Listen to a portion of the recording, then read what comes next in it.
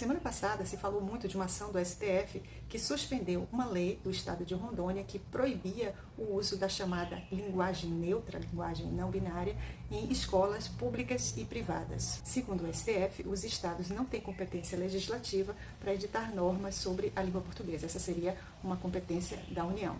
Então, do ponto de vista técnico, eu acredito que o STF até tenha agido corretamente. Mas, do ponto de vista educacional, houve muitos erros e não só do STF. Primeiro, erra quem defende a imposição desse tal dialeto não binário. O argumento de quem defende de que ele seria inclusivo não se sustenta. Na verdade, ele é exclusivo, ele exclui surdos, ele exclui os cegos, ele principalmente exclui os disléxicos, criando uma dificuldade enorme para o aprendizado dessas pessoas. Segundo, que evidentemente a marcação do gênero na língua portuguesa não tem absolutamente nada a ver com a expressão da sexualidade de quem quer que seja. Isso é uma bobagem atroz. Tem também o argumento, mas a língua evolui, a língua não é estática. Sim, mas as mudanças que ocorrem na língua ao longo do tempo são mudanças espontâneas e que não contrariam o que nós inconscientemente reconhecemos como a estrutura da língua. O que acontece com esse dialeto não binário é exatamente o oposto.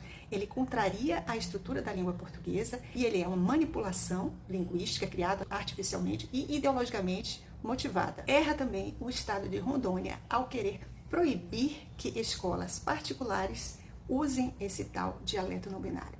Quem tem que proibir ou exigir do currículo de uma escola particular é quem paga as mensalidades da escola, são os pais. Então, se tem pais dispostos, interessados em pagar por lixo ideológico, que lhe seja vendido.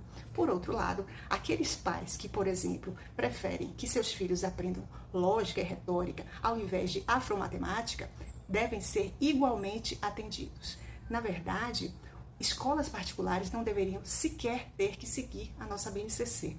O que deveria ser obrigatório seria apenas um currículo mínimo, enxuto, que se resumisse ao ensino fundamental 1 ou 2 no máximo, apenas das disciplinas de matemática, alfabetização e noções de ciências. Fora isso, o que os pais quisessem. Erra o Estado brasileiro ao jogar no lixo os recursos que deveriam ser usados para educar crianças e jovens. Em escolas financiadas com recursos públicos, principalmente as que atendem crianças e jovens pobres, que só têm na escola a possibilidade de acessar a norma culta da língua e que chegam aos 16 anos normalmente semi-alfabetizados, é simplesmente inaceitável que se gaste tempo e dinheiro com lixo ideológico. E meu último ponto. Escolas devem ter que prestar contas às famílias, mesmo aquelas que são financiadas com recursos públicos. Isso significa que quanto mais próximas das famílias estiverem as pessoas que tomam as decisões curriculares, melhor, porque as famílias vão conseguir cobrar com mais facilidade.